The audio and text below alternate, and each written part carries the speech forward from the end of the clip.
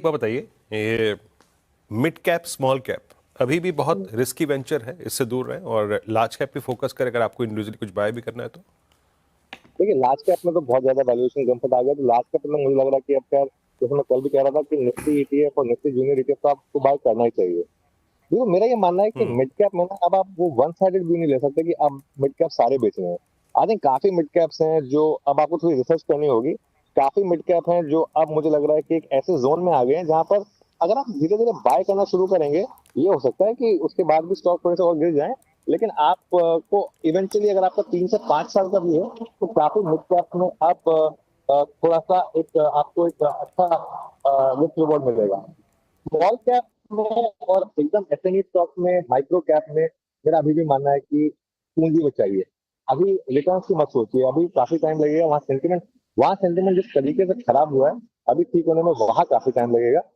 और अगले 6 महीने, 8 महीने वैल्यूएशन से बहुत ध्यान दीजिए। कोई भी महंगी चीज, कोई भी लॉस मेकिंग स्टॉक, कोई भी फैंसी स्टॉक खरीदने की गलती मत करिए, क्योंकि ये मार्केट वो वाली मार्केट नहीं है जो आपको रिवॉर्ड कर रही थी या आपको बेल आउट कर रही थी। ये एक तरीके की बेयर मार्केट है। शेयर मार्केट में स्टॉक्स खरीदने पर अगली बुल मार्केट में पैसा बनता है, लेकिन किस तरीके के स्टॉक्स आप खरीद रहे हैं ये बहुत जरूरी होता है।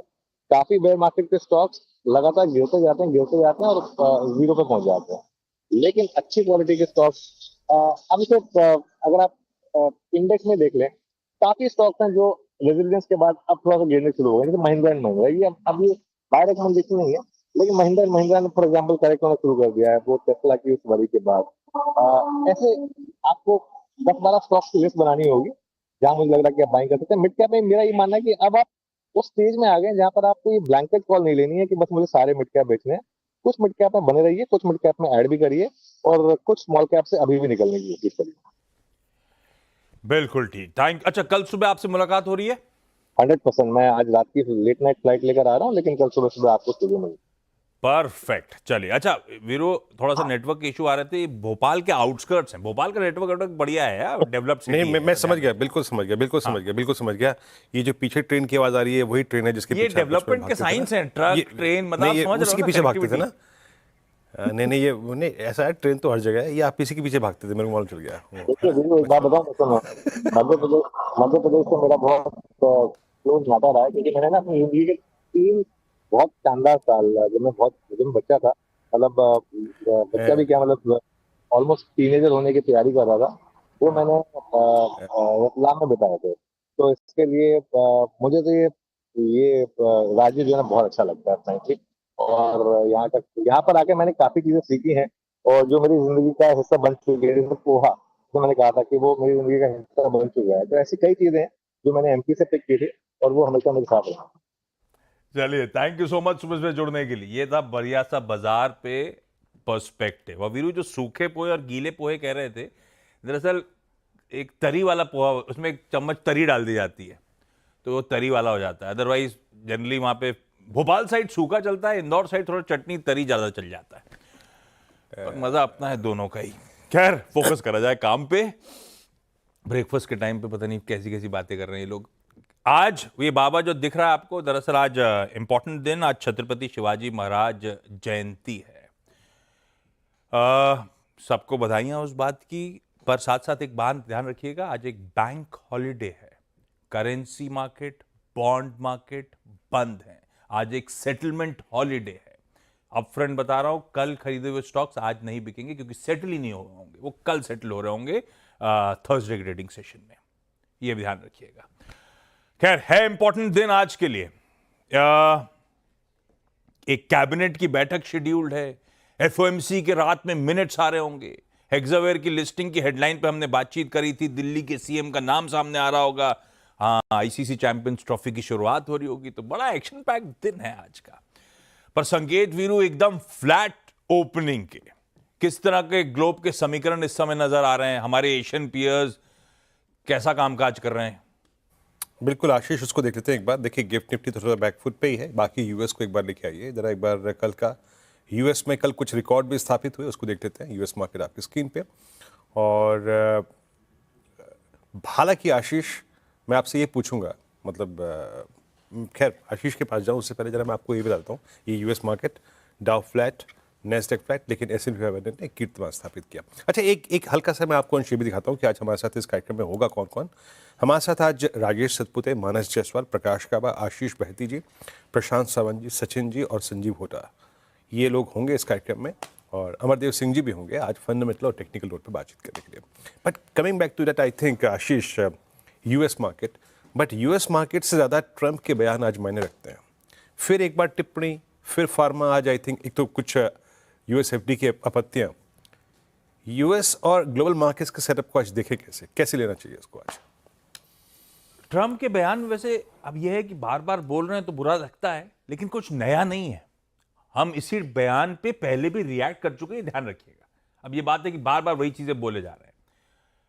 आज सुबह क्या बोले वो, आज सुबह मतलब अभी कुछ ही घंटों पहले वो उनके अपडेट्स आए थे। ट्रंप साहब बोल रहे हैं कि ऑटो पे, फार्मास्यूटिकल्स पे, सेमीकंडक्टर चिप्स पे मैं 25% टैरिफ लगा दूंगा। 2 अप्रैल से वो टैरिफ लागू कर दूंगा, और अगर नहीं सुधरे से मतलब बेसिकली कहने का मतलब मेरा कि हम अगर इन्होंने अपनी मैन्युफैक्चरिंग कैपेबिलिटीज यूएस में नहीं डिप्लॉय करना शुरू करा तो आने वाले टाइम पे ये टैरिफ्स और एस्केलेट होती चली जाएंगी। पर 2 अप्रैल वैसे भी वो समय था जब रेसिप्रोकल टैरिफ्स लगनी थी, और इससे पहले ये धमकी ऑटो फार्मा की ऑलरेडी दे चुके हैं ट्रंप साहब।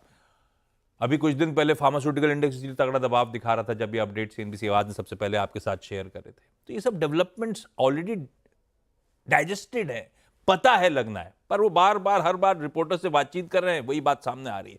एक बार सुनाई देता हूं आज सुबह क्या कहा था, उसके बाद फिर ग्लोबल मैपिंग कर देता हूं आपके लिए। What the auto tariff rate should be. Yeah, I probably will tell you that on April 2nd, but it'll be in the neighborhood of 25%. What about semiconductors and pharmaceuticals? It'll be 25% and higher, and it'll go very substantially higher over a course of a year. But we want to give them time to come in because, as you know, when they come into the United States and they have their plant or factory here, there is no tariff. तो basically कुछ नया नहीं है। आप reporters पूछेंगे तो जवाब वही मिलेगा बार बार। 25% उन्होंने मेटल्स पे लगाई थी, स्टील और एल्यूमिनियम पे, 25% ऑटो और फार्मा पे लगाएंगे। इवेंचुअली अगर नहीं होगा प्रोडक्शन अमेरिका में तो टैरिफ और इंप्लीमेंट करने की तैयारी होगी। ठीक है, ये तो आज सुबह के फ्रेश डेवलपमेंट्स हैं। देखते हैं इसमें हमारे फार्मास्यूटिकल, हमारे ऑटो का बहुत ज्यादा एक्सपोजर डायरेक्टली नहीं है। ऑटोज की टैरिफ जो लगती हैं वो साउथ कोरिया, वो किसी जापान, वो किसी जर्मनी जैसे यूरोपियन मार्केट्स, ये ज्यादा बड़े इंपोर्टर्स हैं यूएस के लिए, उन पे ज्यादा सदर थे। अपन ऑटो एंसिलरी के थ्रू ज्यादा एक्सपोजर रखते हैं, तो ये थोड़ा समीकरण हमें समझने की जरूरत है। पर फार्मास्यूटिकल्स एक्सपोजर हमारा तगड़ा है। खैर, वीरू ने दिखा दिया आपको ग्लोब के संकेत। कल यूएस फ्लैट था, वॉलेटिलिटी दिन के दौरान देखने को मिली यूएस में, खुले वो तेज थे, हरे में थे। डाउ गिरा, डाउ गिरने के बाद जाते जाते फिर रिकवर करा और आज सुबह के फ्यूचर्स फ्लैट है। तो जहां छोड़े थे यूएस के फ्यूचर्स वहीं खड़े हैं, इसीलिए आपको इस तरह का फ्लैट गिफ्ट निफ्टी के भी समीकरण नजर आ रहे हैं। हुआ यह है कि यूएस के मार्केट्स तो रिकॉर्ड उच्चतम स्तरों पर ट्रेड कर रहे हैं। कल एसएनपी रिकॉर्ड हाईस, फिर से नए रिकॉर्ड हाईस छूता हुआ नजर आया, जबकि वहां पे भी टैरिफ रिलेटेड, हम पे टैरिफ का बोझ आएगा, सरदर्द आएगा, तो उन पे भी इन्फ्लेशनरी प्रेशर आएगा भाई साहब। तो टैरिफ उनके लिए भी उतना ही सरदर्द है, इकोनॉमी के लिए for the time being. Tariff का सरदर्द, इन्फ्लेशनरी कंसर्न सब कुछ वहां पे है, लेकिन वहां के मार्केट्स हैं रेजिलिएंट, खड़े हुए हैं, तने हुए हैं। यूएस का तो मार्केट बढ़िया चल रहा है। एक डेवलपमेंट और था, वो रह के चल रहा है, वो सऊदी अरेबिया में मुलाकात हो रही है ट्रंप साहब की टीम की, मतलब यूएस डेलीगेशन की और रशियन डेलीगेशन की, ताकि यूक्रेन वाला वॉर को रोका जा सके। बातचीत चल रही है, प्रोग्रेस कर रही है। अभी कोई फाइनल आउटकम तो एक मीटिंग में वैसे भी नहीं आना चाहिए था, पॉसिबल नहीं था, लेकिन वो मैटेक चल रही है। तो रेजोल्यूशन की तरफ बढ़ाने की कोशिश हो रही है, ये दिख रहा है। जो अनुज अभी महिंद्रा एंड महिंद्रा और उसके पेन की बात कर रहे थे, वो टेस्ला रिलेटेड अपडेट कल भी हमने चर्चा करी थी कि रिक्रूटमेंट की शुरुआत कर रहा है टेस्ला यहां पे। कल शाम को और रिपोर्ट सजेस्ट कर रही थी कि न्यू दिल्ली और मुंबई में उन्होंने जीरो इन कर ली अपने पहले शोरूम्स की जगह। तो वो और थोड़ा सा निगलिंग बारी इंडियन मैन्युफैक्चरर्स के लिए, ईवी स्पेस के लिए, किसी टाटा मोटर्स, किसी महिंद्रा एंड महिंद्रा के लिए हो सकता है, लेकिन डेवलपमेंट इंटरेस्टिंग है, इसलिए मैंने कहा मेंशन कर दूं। दूसरा एक डेवलपमेंट है अदानी ग्रुप रिलेटेड।